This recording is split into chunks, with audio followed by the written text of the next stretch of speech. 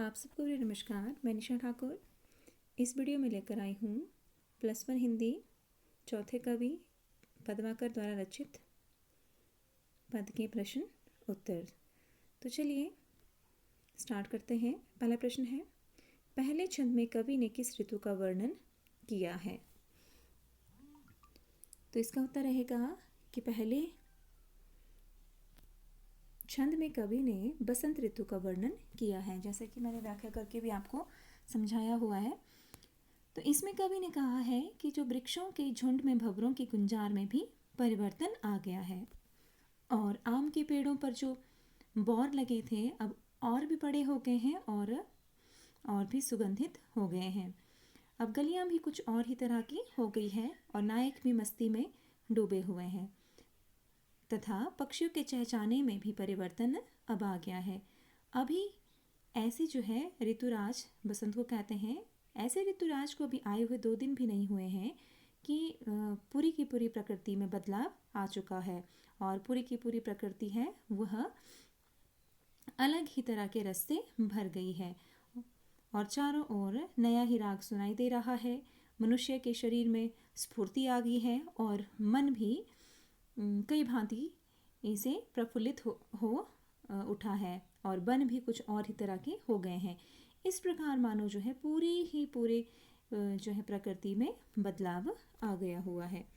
तो चलिए ये दूसरा है, इस ऋतु में प्रकृति में क्या क्या परिवर्तन होते हैं? ये जो पहला प्रश्न है सेम जो है इसी की तरह इसका भी जवाब रहेगा। थोड़ी सी लाइनें जो आपने चेंज करनी है। बसंत ऋतु के आने से प्रकृति में अनेक परिवर्तन आए हैं। भंवरों के गुंजार में परिवर्तन आ गया हुआ है और आम के वृक्षों का जो बौर हैं वो बड़े हो गए हैं और सुगंधित हो गए हैं और जो है वृक्षों के झुंडों पर गुंजार करते हुए भंवरे की मस्ती भी बढ़ गई है और युवकों के मन में भी असीम जो है मस्ती और उत्साह भर गया है और पक्षियों में भी नवजीवन का संचार हो जाता है और मनुष्य मात्र के तन मन में भी नवजीवन का संचार हो जाता है। तो ये जो है पहले और दूसरा सिमिलर इनका आंसर रहेगा, तो आपको ज़्यादा कंफ्यूज होने की ज़रूरत नहीं है क्योंकि पहले ऋतु का वर्णन है बसंत ऋतु का, तो बसंत ऋतु में भी वही परिवर्तन हुए हैं और जो प्रकृति है प्रकृति में भी सिमिलर, इनका आंसर थोड़ा सेम रहेगा, तो आपको ज़्यादा कंफ्यूज होने की ज़रूरत नहीं है। एक बार अगर आप क्वेश्चन के आंसर को समझ लेंगे तो आप दोनों के जो है जवाब को आसानी से राइट डाउन कर सकते हैं। और जो नेक्स्ट है, और की बार बार आवृत्ति से अर्थ में क्या विशिष्टता उत्पन्न हुई है? तो जो है देखिए यहाँ पे और की आवृत्ति से बार बार जो है होने के माध्यम से कवि यह बताना चाहता है कि बसंत ऋतु के आने पर प्रकृति एवं मनुष्य के हाव भाव में परिवर्तन आ चुका है। लोगों के तन मन राग रंग और रस में भी परिवर्तन आ गया हुआ है। इस प्रकार सभी में शीघ्रता से परिवर्तन आ गया है, इसलिए जो है कवि ने और शब्द की बार बार आवृत्ति की हुई है। और जो चौथा है प्रश्न वो है कि पद्माकर के काव्य में अनुप्रास की योजना अनूठी बन गई है। उक्त कथन को प्रथम छंद के आधार पर स्पष्ट करें। तो इसका जवाब ये रहेगा, इसका उत्तर कि पद्माकर के काव्य में अनुप्रास अलंकार की अनूठी योजना हुई है। जैसे जो है छलिया छबीले छैल और छवि छूने गए में कवि ने 6 वर्ण की आवृत्ति के द्वारा अनुप्रास अलंकार की अनूठी रचना की हुई है। अनुप्रास अलंकार में क्या होता है कि जो है बार बार जो है शब्दों की जो पुनरावृत्ति होती है तो वहाँ पर अनुप्रास अलंकार होता है। इस प्रकार जो है भीर भौर दिन दबे में और जो है कुल के कुल एवं गली के गोप गाउन में इसमें ग वर्ण की बार बार आवृत्ति हुई है। इसके अतिरिक्त जो है कुछ को कुछ पद्माकर परोस पिछवारन चलित चतुर चुराए चित चोरा चोरी बिहार बन मंजुल मलारन छवि छाबनों में भी जो है अनुप्रास अलंकार का कवि ने इसमें प्रयोग किया है। और जो नेक्स्ट प्रश्न है, होली के अवसर पर सारा जो गोकुल गांव है वो किस प्रकार के जो है रंगों में डूब जाता है। और दूसरे छंद के आधार पर लिखिए, जो दूसरा पद है उसके आधार पर आपको लिखना है कि किस तरह से जो है। तो इसका जवाब रहेगा कि होली के अवसर पर सारा जो गोकुल गांव है वह रंगों के सागर में डूब गया हुआ है। और गोकुल के जो हर कुल के जो गलियां होती हैं, गलियों गलियों के ग्वालों में जो है, गांव के लोगों में होली खेलने की उमंग जाग उठती है। होली खेलते हुए लोग आस पड़ोस, पिछवाड़े, दरवाजे तक जो है दौड़ लगा रहे हैं।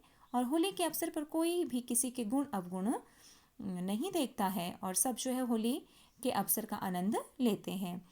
तो एक चतुर सहेली दूसरी सहेली से कहती है कि तूने अभी तक ये रंगों से भीगे हुए वस्त्र क्यों पहने हुए हैं, तूने अभी तक जो है इसे क्यों नहीं बदला।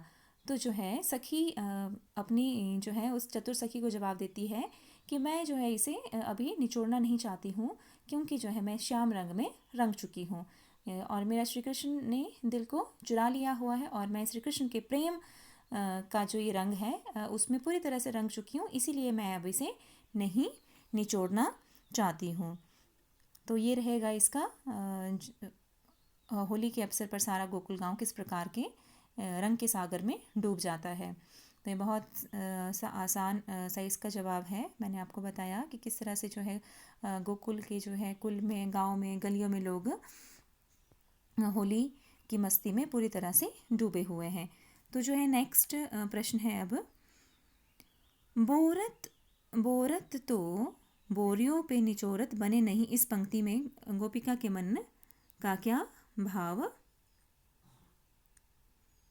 व्यक्त हुआ है। इसमें से वही इसका सिमिलर सा जवाब रहेगा कि जो है गोपी कृष्ण के जो है जो होली के रंग से रंगे हुए वस्त्र को क्यों नहीं निचोड़ना चाहती। तो इसका उत्तर रहेगा कि श्री कृष्ण के प्रेम में गोपिका अपने शरीर से श्री कृष्ण के रंग को नहीं उतारना चाहती, क्योंकि वह तो कृष्ण के प्रेम में पूरी तरह से डूबी हुई है, इसीलिए वह कृष्ण के प्रेम रूपी रंग को अपने जो है शरीर से उतारना नहीं चाहती। नेक्स्ट है, पद्माकर ने किस तरह भाषा शिल्प के भाव सौंदर्य को और अधिक बढ़ाया है, सा उदाहरण लिखिए।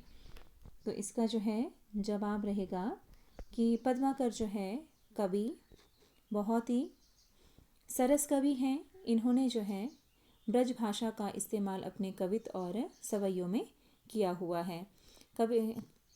पद्माकर की जो कविता है इसमें कवि ने अनुप्रास और अलंकार, यमक अलंकारों का प्रयोग कुशलतापूर्वक किया हुआ है। और जैसे कि प्रथम पद में छलिया, छबीले, छैल और छवि छाए पंक्ति में अनुप्रास का सौंदर्य इस्तेमाल कवि द्वारा किया हुआ है। तो दूसरे पद में नीके के निचोरे और जो तीसरा पद है उसमें मंजुल, मलारन जैसे अनुप्रासों का प्रयोग हुआ है। ये जो तीन जो पद हैं इसमें पहले में भी, दूसरे में भी और तीसरे में अनुप्रास अलंकार का इन्होंने कुशलतापूर्वक से प्रयोग किया है। और प्रथम पद में जो है औरे शब्द की बार बार जो है पुनरावृत्ति की हुई है। और इस तरह से जो है कवि के द्वारा बसंत, वर्षा ऋतु और होली का वर्णन अपने पद के माध्यम से किया हुआ है। तो ये रहेगा इसका जवाब। और इसके बाद है नेक्स्ट क्वेश्चन, तीसरे छंद में कवि ने सावन ऋतु में किन किन विशेषताओं की ओर जो है ध्यान आकर्षित किया है। तो ये इसका भी बहुत ही सरल सा जवाब रहेगा कि सावन ऋतु में भंवरे वन बागों में गुंजार करते हैं और झुंड के झुंड जो है भंवरे आम के वृक्षों में बौरों पर गुंजार करते हैं और भंवरे गाते हुए ऐसे लगते हैं कि मानो वे जो मल्हार राग गा रहे हों।